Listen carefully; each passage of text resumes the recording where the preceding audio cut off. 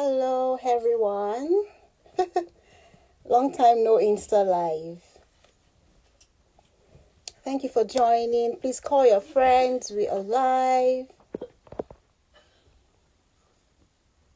Good evening, everyone. Good evening, good evening, good evening.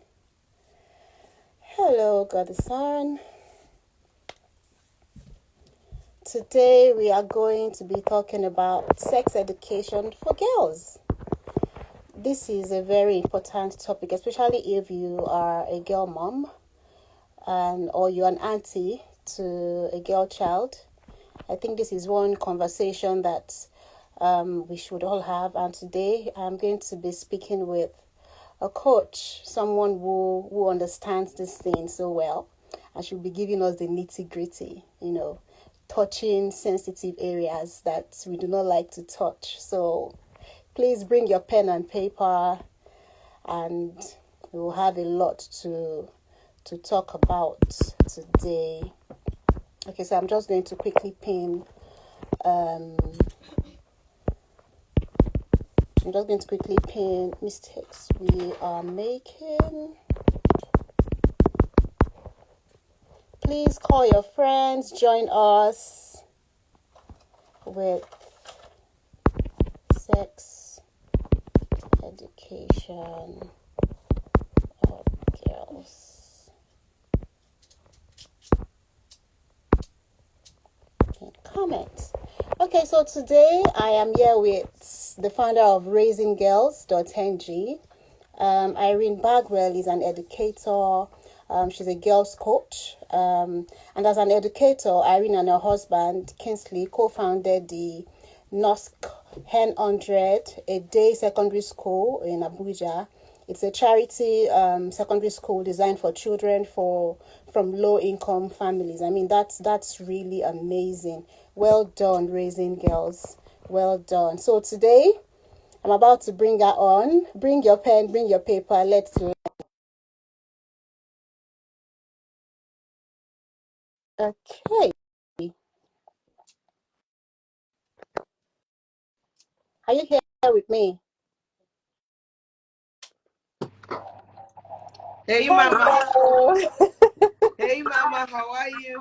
I'm very well, thank you. Thank you so much for having me today. Thank you so much. Thank you. Thank you for doing this. It's a very sensitive topic. Sex Yes, education Mama. is something we don't even talk about it, to be candid. Enough, yes. The truth is, we cannot, we can't have the conversation the way our parents had the conversation with us. Things have Yes. changed now. It's a fast-paced world now. Yes. Yes. Everything is so dynamic now. So the Yes. way we approach things is kind of very different. So I'm really Definitely. glad and also privileged to have you, talk about this. So yeah, it's a big deal. Thank you, Mama. It's honestly a big deal. Thank you for what you do building the iMom Zone community. God bless you. I know the sacrifices you've made over the years to just keep the community running. And it's an honor to be here. Thank you so much for having me. Thank you. Yes, So ma'am. before we go on, I did a short description of what you do and who you are, but I would want you to go in depth about what you do. I know you have like an NGO, like a school for low income earners, and I mean that is amazing. So please tell us more about you and what you do before we dive into this topic. All right, Mama. So thank you once again for having me. I don't know if you can hear me clearly. Are you hearing any echoes? Not really. It's just a little. Is it okay if I change my device? Because this Yeah. one, let me just change my device, all right? Thank you. I'll join shortly back. All right. So we're going to be talking about, aspects of sex education that we often overlook, when it comes to girls. We'll be talking about how we can empower our girls to, feel more confident and comfortable discussing topics related to sex and their sexuality. We'll be talking about the roles we as parents, our guardians play in providing comprehensive sex education to girls. And I mean, how can we support this process effectively? How can we ensure that our kids, are learning all of these things.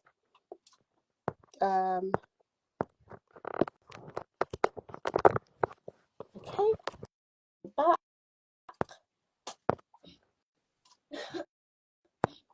Hello, Cherry Slime. Hello, Yemi Dabiri.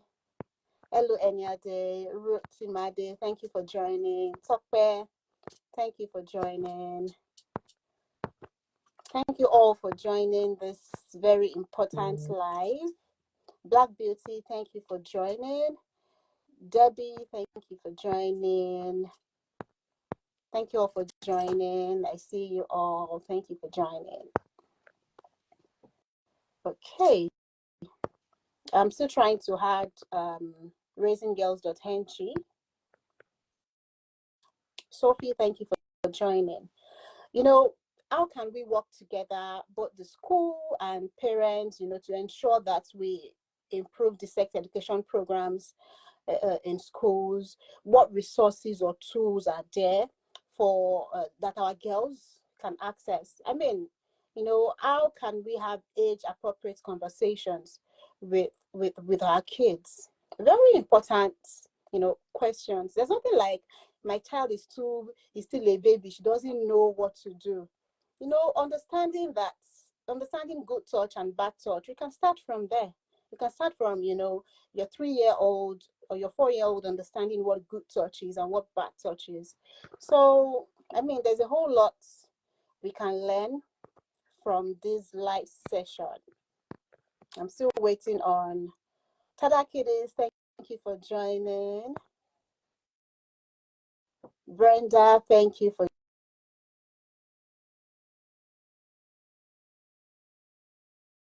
Bossberry. I see you. Yes, I can hear you. I can hear you. Can you hear me? Can you hear me? Yes. I can hear you loud and clear. But I can't see you on my screen. Is everything okay? Can you see me? Yes, I can see you. Is well. So let's keep going. But I can't see, but as long as you can see and hear me. I can see you. I can see you. All right. Okay, so tell us about you, what you do, and then we'll dive into this live. All right. So I do two things. The first thing I do is that I'm an educator. I run a school. It's called the 100 Naira a Day School in Today. It's a secondary school for children who have been out of school, or children who are at risk of dropping out of school. So it's a secondary school with different kids, and they pay 100 Naira a day. They get books, they get uniform, they get lunch. The girls get monthly sanitary pads. We are giving them a skill-based education. So that's what I do as an educator. But Wow. at the same time, I'm a mother with two daughters, two girls. I was raised by a single mom who had me as a teenager and raised me all by herself. So I'm very passionate about taking benefit education to children, especially females everywhere, because I have a first-hand experience as to how detrimental sexual risk can be to girls. There is an echo. Yes, I think it's my network. Yeah, it has to be the network. I can hear you though. Okay, so what I'm going to do is I'm going to stay on the call, but I want to switch to the network service provider I'm using and go to another one. Okay, okay. We have a mom say the echo, ma. Yes, let me.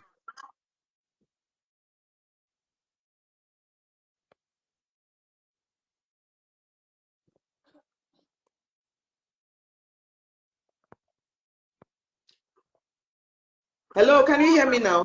Yes, I can hear you. It's Is that better still now. No, it's better. my God, Holy Spirit? It's better now.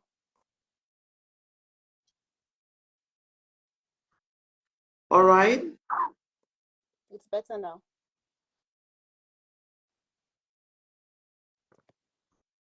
Hmm. So I'm very passionate about working with them and just equipping their parents, equipping the girls themselves, answering their questions because seen firsthand how one decision that my mom made changed the course of her life completely.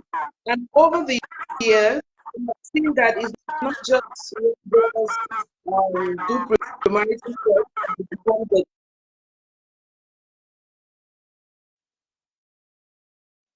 significantly. So for me, stepping out there and just putting information out, protecting girls, equipping girls, making them really live out the life that God wants for them. This echo is driving me crazy. I can hear you too. Oh, so that's my passion. Go out there, try to provide answers to questions that children have, whether it's about dating. There's so much questions. Hmm. Let me leave and jump again. Okay, all right, all right, all right. Okay, so I mean, the echo does not want us to be great this evening, but the echo is a liar. We're going to have this conversation, very important conversation. I mean, I remember growing up. I'm sure a lot of us can relate to this. Our first period, and our mom will tell us, "Don't touch any man. No, if you touch any man like this, you're going to get pregnant." And that fear of I cannot talk to. If I talk to any man, I can get pregnant. If I talk to any boy, yes, yes, of course, she's coming back. I think she's back now.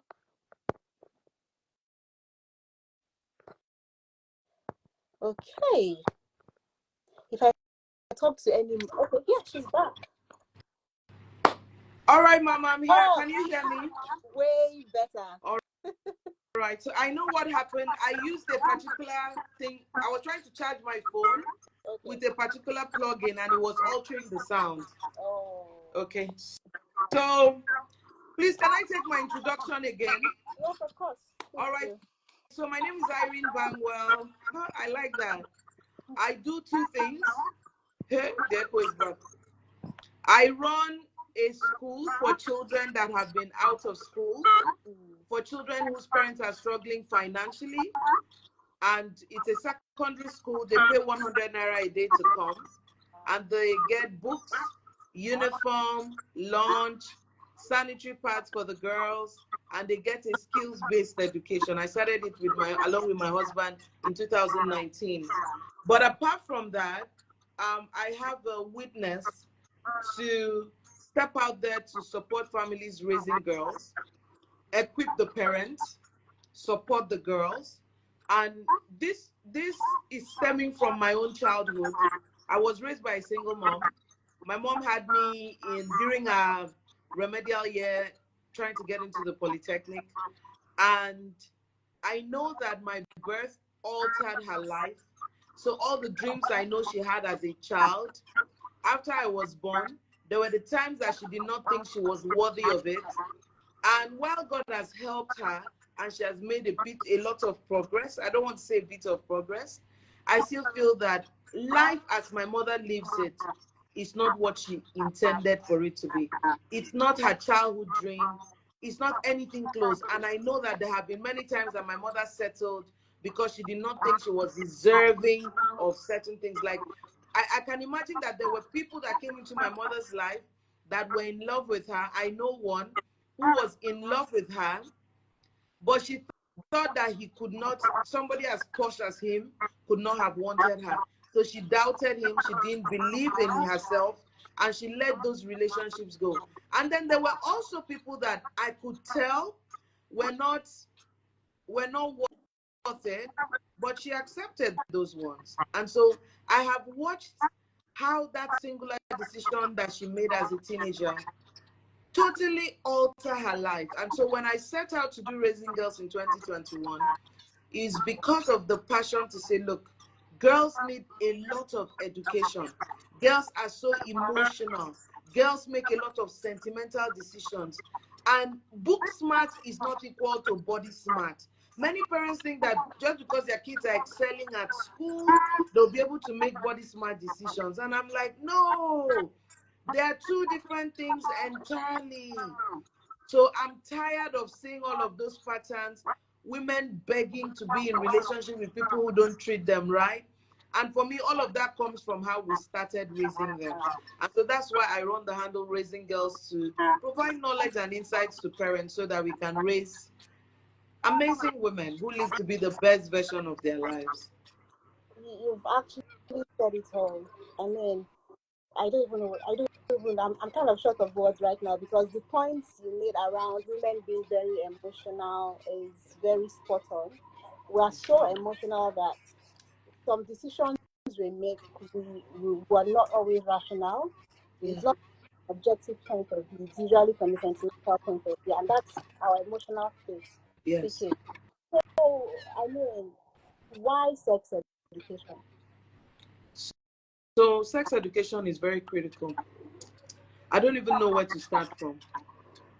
So when I first started, I was passionate about self-esteem. I wanted to talk to girls about self-worth. I have this framework that when you teach a child how to be self-aware, teach her self-acceptance, teach her self-respect, that you have self-esteem going. But you know, as I started that journey, I started asking myself, what is the place that low self-esteem hits girls the most? And I realized that it was around interactions with the opposite sex. You want to know a girl that doesn't have self-esteem? She can be quarreling with girls, forming for girls, doing a lot of stuff to, forming all strong and all okay until she likes a boy. Then she falls apart. So for me, sex education is the one place that, number one, it's where you see, it reflects self-esteem very significantly, number one. Number two, one little mistake in sex education can mess up the entirety of a child's life. Let me give you, let me just paint a picture. When I was in primary school, I had this classmate that one time they got into trouble. They said they were caught, and when they caught her and a boy in the toilet, they the boy said that he'd been watching blue films at home. So the whole thing is well, and they labeled her. My dear sister, I ended up going to secondary school with that girl. Many of us that went to the same primary school, we couldn't see any good out of her. It didn't matter whether she changed though. We could not see good out of her. As we got older and got married, I came across a handle one day on Instagram. She had changed her first and last name to become unrecognizable. The thing is, when they make one mistake and it's not properly managed, they label themselves for life. For instance, I've met a girl that was raped as a child, and she started doing hookup. She said, my uncle took it away from me, so what's the big deal? And then somebody hurt her first, but all the subsequent choices she made became people looking down on her, people saying this one is not worth much, So I don't want mistake. I don't want those failures, because they are really defining. Society looks at men and women differently. If a man makes the same choice as a woman, he's a strong guy. If a woman makes the same decision, she's wayward. So once there is a problem with sexual behavior, it affects the person's self-worth, self-identity, and the other subsequent choices they make. So sex education is very important for me. We can prevent abuse, we can prevent poor decision making, we can prevent teenage pregnancy, we can prevent sexually transmitted diseases, we can stop drug abuse amongst girls through sex education. So, thank you for sharing that. I'd like to know, what are the mistakes? So the first mistake I have seen, first and foremost, is that many parents provide sex education from fear. When it is fear, you don't think through your choices. You become paranoid. And you know, a paranoid person puts people off. So you're saying something important, but you're paranoid. So your child does not know that what you're saying is important, so she disregards it. We can't provide sex education from fear. I don't care what anybody tells me. It can't be from fear. It has to be from what we want to see. So I don't want my daughters to be abused. So I provide them sex education so that it doesn't happen. However, in providing them sex education, I do more of equipping them than checking what is going on. What did he say to you? I equip them to be able to handle the person. Not that I'll be policing them, because my children can become put off by the whole thing. So many parents are trying to do the right thing, but their orientation is fear. So their children are put off by their gestures. They entered church and saw a boy greeting their daughter. Who was that? What did he say to you? I don't want anybody to ruin your future. So now they are saying something important, but their children are not taking it. That's number one for me. Number two is particularly with mothers. Mothers ought to talk, but mothers ought to choose their words carefully. Some of us have talk.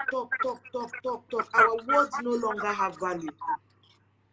So apart from the fear, you talk about everything. You talk about neighbors. You talk about everything. So you have children sitting with people who can help them, but they look down on they don't value what you say. So we need to bring back value to what we say to our children. I don't know if you understand me. You gossip, you abuse people, you're talking about everything. And they see, sometimes women are the opposite of their husbands, sometimes. So they literally see their fathers take a break from the talk, but we are going on and on and on and on. And we are the ones to talk to them. So they ignore us and go somewhere else. You're saying something important, but you're embodying something they don't want to identify with. Number three, the third mistake that we are making is the idea that we have that other people want to corrupt our children, and we keep telling our children that. I never do that too. In fact, as I'm sitting down here as a girls' coach, I know my children, I love my children, I thank God that I happen to be their mother. But if I walk into their school and they bring me a report about something they did, I won't jump to their defense first. I won't.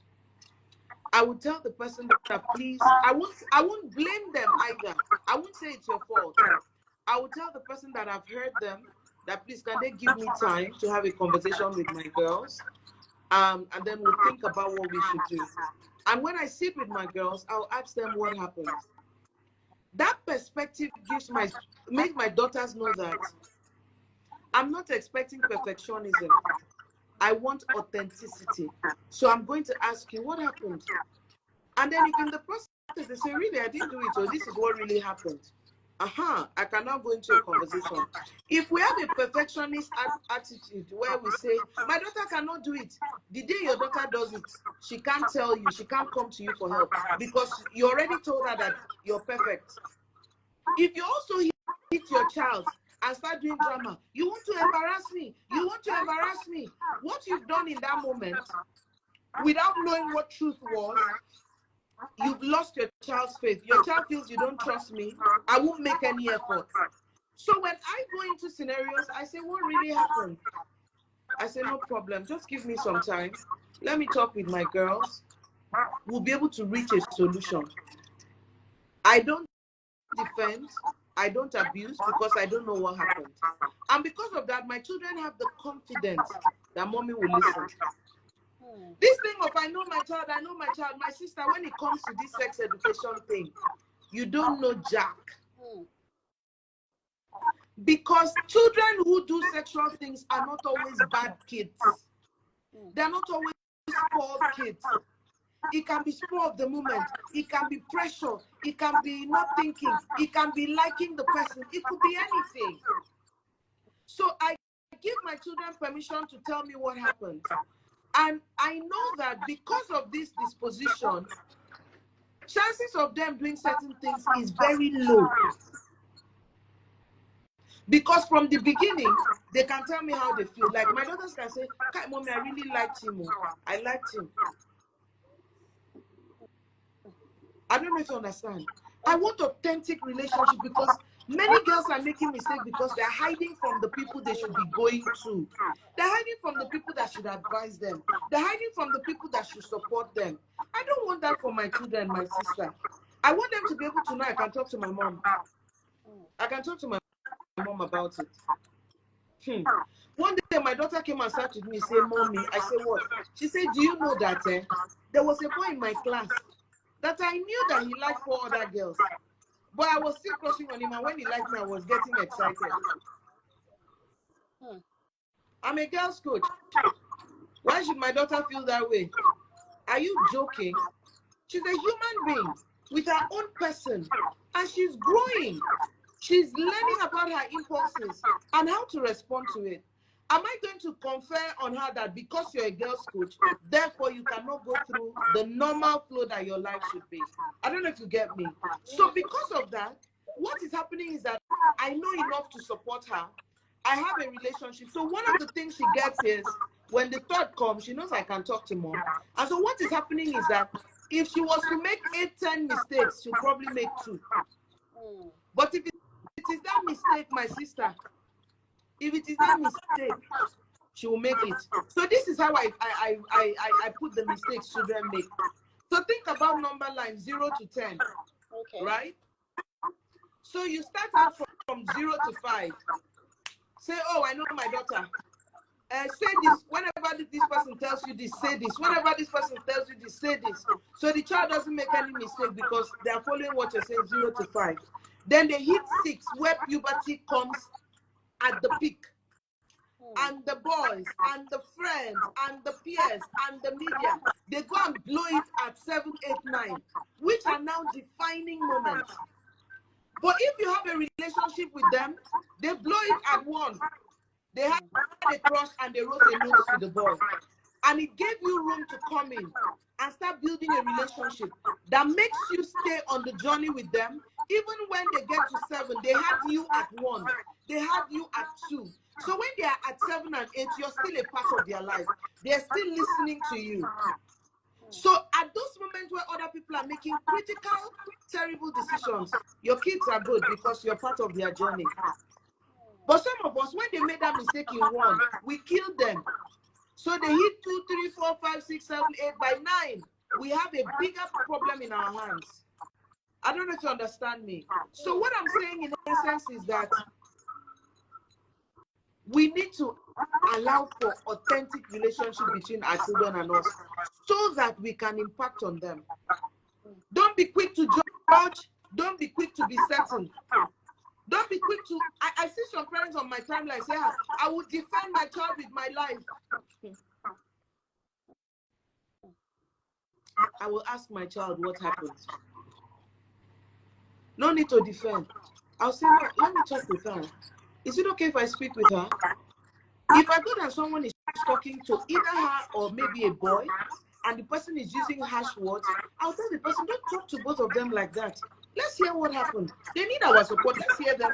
Let's hear them out first. Please, let's hear them out first. And I will leave you and go and sit down with the one that I gave birth to first. I said, Kilode, what happened? And she tell me. So let me imagine that she did the worst of the worst. I'm going to sit down and say, but what happened now? I've been telling you this. What made you think differently in this situation? And then, oh, I didn't really think about it. I was so... Who did you talk to when the pressure started? There's a child I met recently that did something terrible, and she kept her pressure secret. She didn't tell anybody. So in that moment, I'll tell her, don't you know that when you're going through pressure moments, telling people who point you back saves you, because only you cannot carry the pressure. I don't know if you understand me. And I do that knowing that there are other temptations in the future. But for this moment, I want to use this moment to teach her what to do another time. Will I be hurt? I will be hurt. Nobody wants to see their babies broken. I will be hurt. I'll be embarrassed. But I will need her to know that you can make better choices in the future, and this decision does not need to define you. I'm going to hold you accountable. If she had a phone and the person was contacting her through phone, we're going to deal with it. If the person was bullying her and talking to her about something, I know there's a self-esteem problem. I'm going to know what I look for, what I can do to support her, to build her self-worth again back up. If I need to change school, I will change school so that she has a totally new environment. If I need to sit down with her to say, let's think about how to build a new friendship circle for you, I'm going to do that. However, I still want her to know that inside this fire, I'm inside it with you. I cannot walk the journey of your reality. I cannot walk the embarrassment. I cannot wear uniform and walk with you in school. You will face the embarrassment that is in school. But I want you to know at the back of your mind that your parents' love is constant and you are capable of making better choices in the future. Not will you make better choices? No, you have what it takes to make better choices in the future. We are going to dig till we find it, then you hold on to it and you will build. So we are losing our kids in moments of their mistake, and meanwhile those moments were moments that we're supposed to support them all the way. There are many women today married that had very terrible starts in life, but today they're wholesome women. So I don't know if you get me. So in the moment that a child stumbles, the first thing that should come to your mind is, there's something I need to teach. There's something she needs to know. There's something we need to introduce or something we need to remove. Let's know what to do for her to make a better choice in the future. Not, you have shamed me, I'm turning my back on you, it's over. Because then the child doesn't make any effort. The child doesn't, not that the child doesn't make effort, he doesn't know what effort to make to be better. And that's the role of parents. The final error. This is can you so hear me? Insightful. Yes, I can hear you. Before you go the on, final error we make. Before you go on, you said something about the girls being self-aware and making sure that they don't lose their self-confidence. That is one thing. Self-esteem is very important. Too important. I am someone that suffered from self-esteem for a very long time. And I want to say this. If you have a girl child, if you're on this live right now and you have a girl child or even a boy child, self-esteem, ensure that you build your child's self-esteem. That nothing is able to affect them. Nothing they say to them would affect them negatively. They will see the positive in all of this. And I'm glad that you mentioned something about self-awareness. How do we as parents help our kids from pre-teenage years down to teen? How do we ensure that our kids are self-aware? Our kids understand right from wrong. This does not exclude moms of 5-year-olds, 6-year-olds. I know there are age-appropriate conversations we can have with our kids. How can we do this? So sis, let me tell you, this self-awareness thing is not even about right and wrong. It's understanding yourself. And the first place we do it is celebrating the difference between our children. Some of us have one template of a good child. The one that collects your bag, the one that does nice things.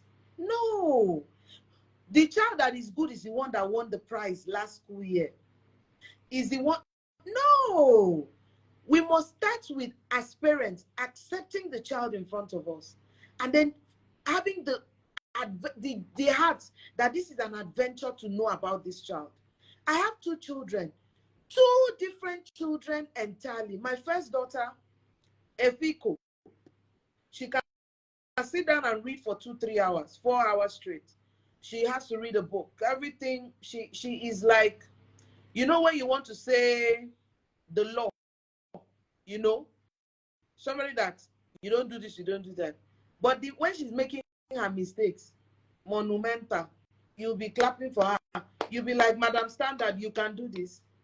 My second daughter on the other hand, so my first daughter is the organizer.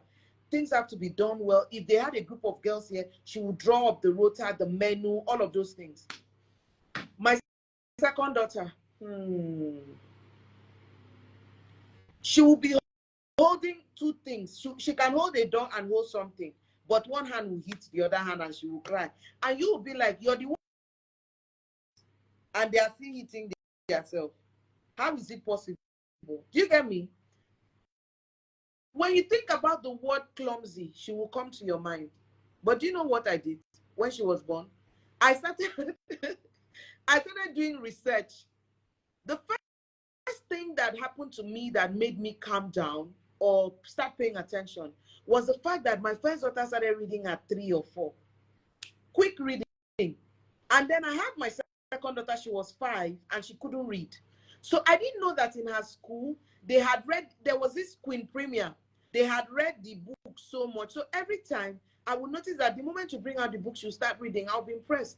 Then one day I just said, hey, this girl is reciting this thing like rhyme.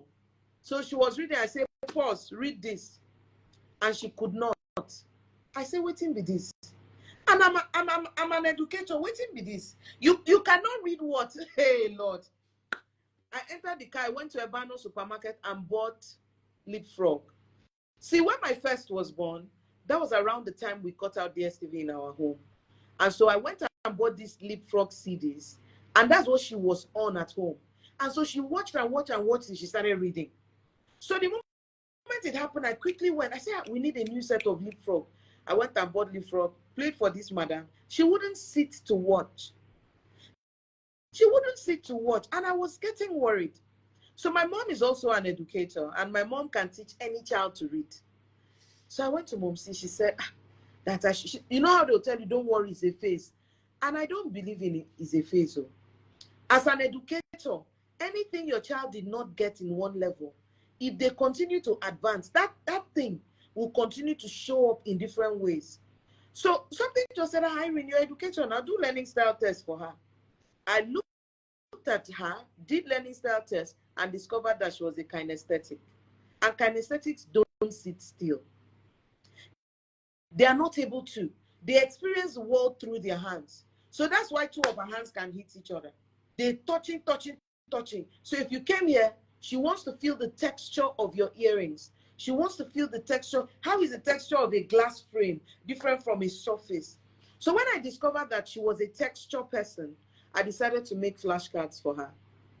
That day, my mom called me and said, as you're doing these flashcards, remember the rules about vowels and consonants. I said, Mom, see, I have forgotten. I'm not interested in any rules. This child needs to read. And so I did flashcards, started blending, and I didn't create words. I just started blending, putting alphabets together for her to sound and blend and sound and blend. My dear sisters, I'm talking to you. Before God who made me, I did that activity once. Printed books and kept at home. I cut those flashcards and then I made her do it with me. So as I was writing on it, I give it to her. So she was collecting and putting it in a bag. So when she picks it, she'll go like that. That's what we're doing. And she started reading. What that taught me was that if you have 2 children, you have 2 different human beings. And the moment you start accepting their differences and celebrating it, you teach them to become aware of those differences, those uniqueness, and celebrate it as well. So by the time my kids were growing up, I started telling them their own differences. So if my first daughter was upset that her sister didn't do stuff well, I'll tell her that, look, your sister, we know she's a kinesthetic. They're moving around. She's not trying to hurt you. This is what is going on. Then the other one will say, she won't let me watch when it's her turn. She won't let me watch when it's her turn. They're just getting all, do you understand? I had to call her and say, you know that she's visual. Oxygen is watching for her. So we are going to blend it. So I realized that things that would usually upset me became things that were teaching me something about my babies. And as it was teaching me about my babies, I was teaching them and they were coming to accept themselves. So it means that if one of them did something wrong, I did not focus on how the other one would do it right. I'll focus on what this one needed to learn to be able to do it right. So if my first daughter washed dishes and it was super clean and she kept it, and my second daughter could not, I'll tell her, baby, this is what you do. I won't say, see your sister. Comparison, I will not. I'll say, so soak it in water, Put a detergent, leave it for a while, be washing this one that is ready, and this one is going to be soft. And then, I don't know if you understand me. I focused on what I needed to teach her, not how she wasn't like her sister. So many of us focus on what is different. Now, between two of them, the one that pampers me silly with words is my second. She come, mommy, you know I missed you. How was your day? Then the first one will say, mommy, you know, I may not express love like that to you, but I love you. And I say, I know. I know it when there's a way my first daughter looks at me, and I know she's worried. She's not as mouthy. She will not be quick to say it the way her younger one will. So it took the deliberate effort to get to know my babies, that there was no need to compare them, not to each other or to anybody's child outside there. I don't know if you understand me. My own is every time there's a gap, there's something they cannot do, I tell myself, what do I need to teach them to be able to do it? They don't need to be like anybody else. So many girls are having low self-esteem because their parents are on a I don't know, they're on a roll comparing them. You can't even, you look at this one. Is it not somebody's daughter that did this? A child that hears that repeatedly cannot even know. They'll be so focused on what other people have that they can't see what they have. So if you want to raise a child that is self-aware, you go ahead, discover who they are, celebrate their uniqueness, and let them recognize that. And even in their moments of weakness, focus on what you're teaching them instead of how they fall behind. So for me, that's it. We have to accept the child in front of us. Do you understand? One of the things I want for my girls is that no matter what, no matter what day of the week it is, no matter what season of the year it is, they can look people in the face and say, my mother loves me. And it's unconditional. Unconditional. No sentiment involved. Unconditional.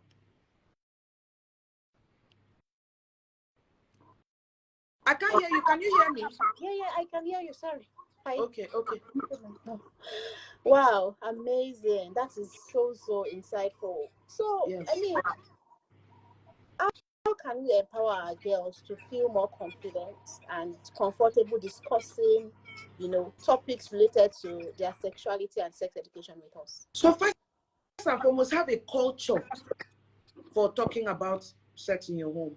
It is not meeting. It's not come, let's talk. It is on the go. Depending on the age your children are. So for instance, if I had a 3 to 5 year old today, I'll tell her, I love you so much, princess. But you know what? No matter how I love you, I can't touch your private body area for no reason. So if anybody says they love you, buy you candy, and then tell you they want to touch your private body area, princess, is no longer love. Let's talk about what love looks like. Love is kind, love is patient, love honors God. And I teach my daughters, love corrects. Many people that want to abuse our children, don't correct them. They mean, hey, you're my baby. Even when they do something wrong, they don't like to correct the children because they want the children to feel warm. I taught my children a long time ago that the most dangerous people in the world are the people who cannot correct you. They see you doing something wrong and they are not telling you. Some of them, it's not all that want to abuse you, but even if they don't have ill intent and they don't know any better, anyone who cannot correct you can literally watch you destroy your life. So I don't joke with people who can send me WhatsApp and say, babe, this thing that you did. I don't always agree, but it is always good interest that they come to us. It's always good interest that somebody can walk up to you and say, I don't like what you did. I don't like what you said. Do you get my point? So I start telling my 3 to 5 year olds, I'll tell them, good touch, bad touch. All right? Good touch, bad touch. And I tell them that even good touch has to take permission. Somebody wants to give you a high five. Is it okay if I give you a high five? Is it okay if I give? For example, you don't want somebody carrying your school bag, right? Or taking things that don't belong to them from your bag. It will upset you. Is that correct? So why should somebody touch your body? You're more important than your school bag. So body boundary is, this is my body. I determine who touches me and who doesn't touch me. And so if you want to give me a high five, ask me. If you want to touch my hair. So even with good touch, it's not done anyhow. I don't want to be tickled. Don't tickle me. I don't know if you understand me. I start to teach them. And then I start to teach them at home to listen to each other. When somebody says stop, stop. I start to teach them what not to accept between each other. so they don't accept it out there. So if one person starts to say, stop, stop, I said, what did you hear her say? She said, stop. Stop means stop. You were laughing, then she suddenly said, stop. I teach them that at home, so that when they go outside, they can tell people to stop. And when people also tell them to stop, they can stop. This is on normal, good, so-called good touch. There still needs to be regulation. I'm really grateful to Mr. There's a particular coach, I want to call him Pastor Taiwo Akimumi. He's the one that first brought this thing to my attention in 2021, when he said that even with good touch, there still needs to be consent. And when I thought about it, I started teaching my daughters that when somebody says no, is no. When somebody says stop, is stop. And then when somebody says, is it because I'm playing with you, that person is disrespecting your opinion. Now, if a child is growing up in a home where they don't respect, parents don't listen to them, they don't even know that they have opinion. Do you understand? They don't even know that they have opinion. So I teach my daughters that you have opinion, or I value what you say. So sometimes I want to do something, I'll tell them, what do we do? And they start to recommend, I think you should do this, I think you should do that. And many times, I would do a hybrid of what both of them said, and I'll say, hey, I did it. So that way they start to see that, oh, my voice, my words, my opinion is something. And so I apply that back to body safety. So you want your children to be free with you. Can you see? It's not just sex education direct. They are supporting things that make sex education work. Self-esteem. I respect your opinion. You can say no to me. All of those things adds up. I don't know if you get me. So to keep the conversation line open, improve your relationship with your children. Always recognize that you're a teacher first.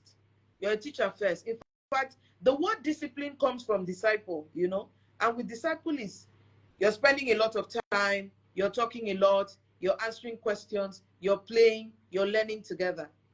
That's what our children should see. Do you get?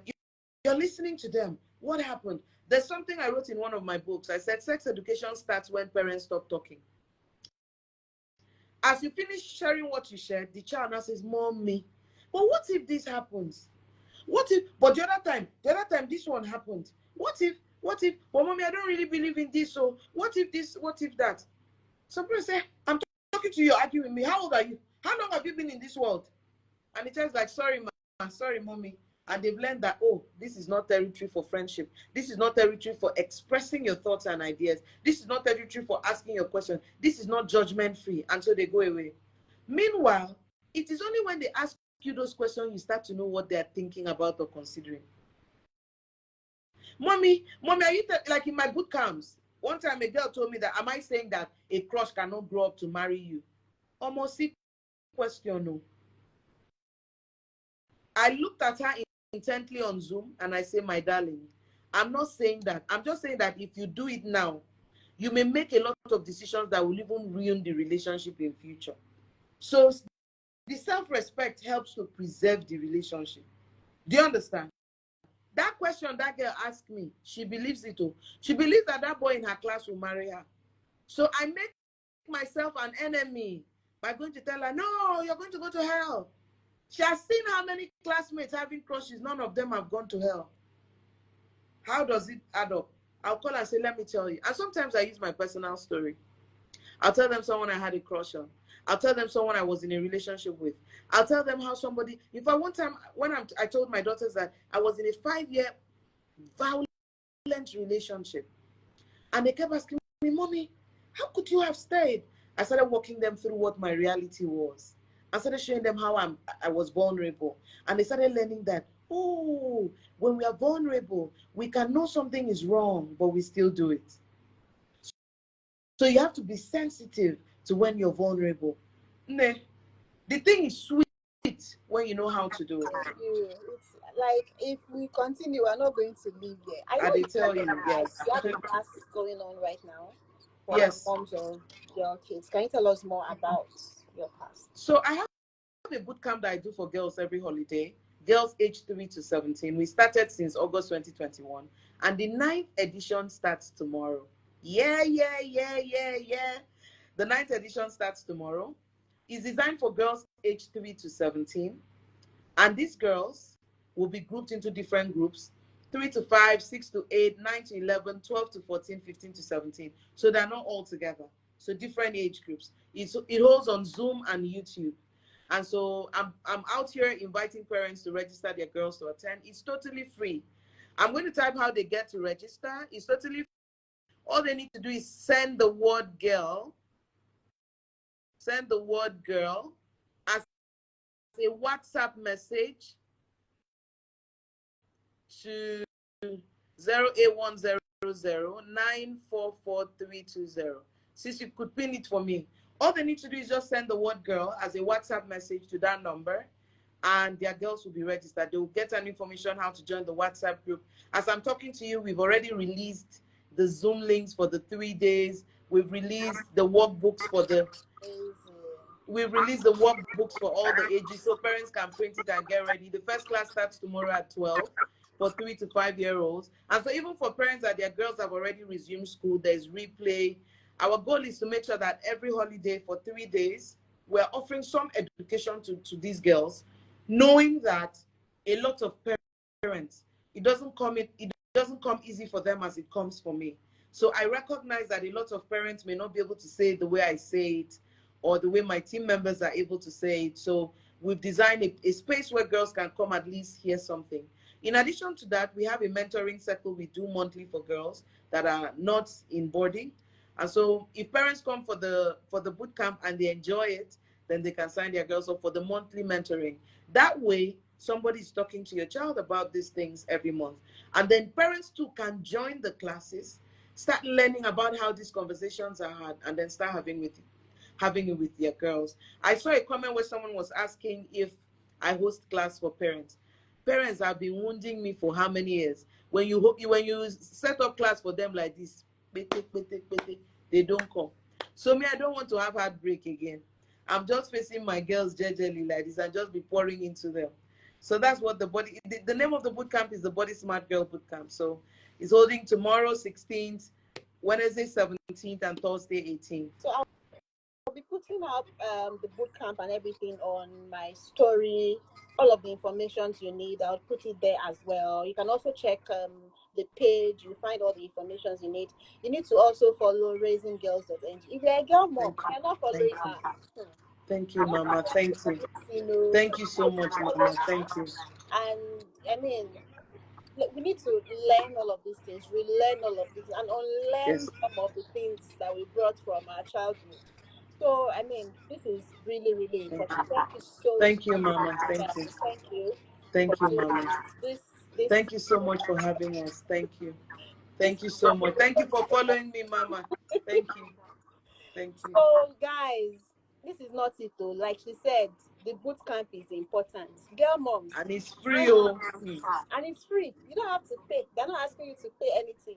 It's just for you to join, learn a whole lot of practical methods that you can actually apply to help your girl child be self-aware, build their self-esteem, and overall become a better woman.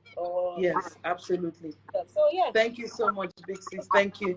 I appreciate. Thank you so much for the time. I had a wonderful time here today, in spite of the network challenges. Thank you. The network has got nothing on us. Yes, so we give God glory that we've gotten thus far. Thank you so much once again for having me. There's a mom that asked a question about speech delay. Yes, really? Where? Yes, she said, what do you do if a child has speech delay? Yeah. So one of the reasons why I have started having interest in taking trainings with special needs is because of girls like this. But I don't know if the child is writing, because they may not be able to express themselves, but they understand what it is you're saying, and they can take actions and they can write notes. I don't know the extent of needs that they have, but honestly, I have not yet gotten the training to know how to adapt this to them.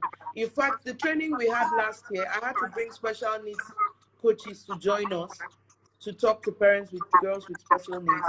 But I tell you, it's not, you can't come up with it off the top of your head. I need to do some training to be able to adapt this, but I'm more willing to work with special needs coaches who want to learn body safety so that they can apply it, because they've already gotten that training. So I'm always happy in case there's anyone who is a special needs parent who can sit with me, and I can share share our thoughts and our framework, and they will now adapt it into something that can be used for girls with varying needs. Mrs. But Omo, Mama, if you are still the on this live, I would say that you send Raising Girls a DM. I yes. I I will reach out to you, and then we'll pick it up from there. All right, Mama, please. All right, yes. I'm just praying for you. It's not easy being a special needs mom. I know. The Lord is your strength, sanity for every single moment, and above all, miracles where God can make it happen. That's my prayer for you, Ma. Thank you so much for joining tonight. Thank Thank you. you. Thank you, Mama. So I'm going to be leaving now. Thank you so much for hosting me. Bye. God bless you. Bye. Everyone for joining. Thank you so much. I see you all. Mrs. Olowa, thank you for joining. I see you, my dear friend. And every other mom, thank you all for joining. It's been so enlightening and insightful. I hope that we've all picked something. Ziwabs, I see you. Ami J, I see you. Thank you all for joining. It's the first live of the year and many more to come. All right. I'll see you guys some other time. Bye.